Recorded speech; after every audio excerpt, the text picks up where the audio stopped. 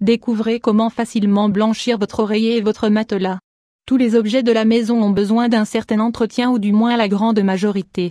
Et les oreillers n'échappent pas à la règle. C'est une zone exposée aux taches et à la saleté, et même à la prolifération d'acariens et de mauvaises odeurs. Oubliez les oreillers jaunâtres grâce aux conseils que nous vous offrons ici. Pourquoi cela arrive-t-il? Oreillers, peut-être que vous vous demandez pourquoi les oreillers finissent toujours jaunes. L'une des raisons est la transpiration. Parfois, lorsque nous dormons, le corps transpire et selon le type de tissu avec lequel est fabriqué l'oreiller, il est plus ou moins facile pour la transpiration de pénétrer dedans.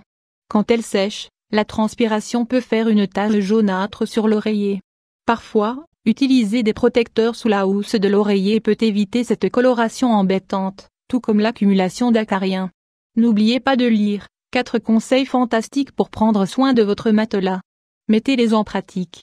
C'est pour cela qu'il est vital de faire un bon nettoyage.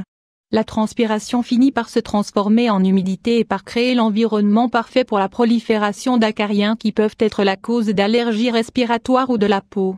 Alors, même si vous ne le saviez pas, nettoyer ces oreillers est plus important que ce que vous pensiez.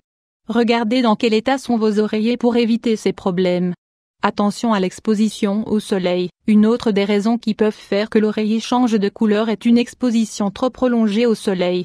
Le problème se trouve dans le agent blanchisseur ou qui rend brillants les tissus. S'ils sont beaucoup exposés au soleil, ils commencent à se décomposer et à donner ce ton à l'oreiller. Alors, évitez une surexposition à la lumière du soleil. Comment blanchir votre oreiller? Règle pour choisir un bon oreiller. Les oreillers doivent être lavés 3 fois par an. C'est plus que suffisant pour les conserver en bon état. Avant de réaliser ce blanchissement, vous devrez vérifier que l'oreiller n'est pas complètement jaune car dans ce cas, vous n'obtiendrez pas tellement de résultats. Tout d'abord, préparez un blanchissant naturel maison. Ingrédients: 3 litres d'eau, 4 tasses de jus de citron, 62 ml, 1 tasse d'eau oxygénée, 250 ml. Préparation: mélangez tous les ingrédients et réservez pour le processus de blanchissement. Ensuite faites le remède complet. Ingrédients: eau très chaude ou bouillante, 1 tasse de lessive pour les vêtements, 200 g, de préférence, biodégradable, 1 tasse de produit en poudre pour le lave-vaisselle, 200 g, de préférence, biodégradable, 1 tasse de blanchissant maison, 2 tasses de borax, 125 g. Préparation: commencez par regarder l'étiquette pour confirmer que votre oreiller peut se laver en machine. Ensuite, vous n'avez qu'à retirer la housse de l'oreiller ou n'importe quel protecteur.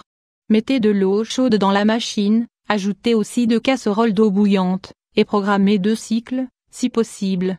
Ajoutez tous les ingrédients dans la machine à laver. Ensuite, lancez le programme de votre machine et laissez-la bien mélanger toute la lessive ajoutée.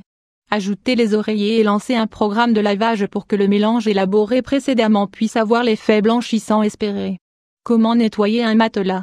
Nettoyer matelas. Le matelas, tout comme les oreillers, a sa housse propre qu'il faut laver en machine, comme les draps. Il sera donc fondamental de l'aérer tous les matins et de le nettoyer de temps en temps pour qu'il soit en parfait état. Vous voulez en savoir plus?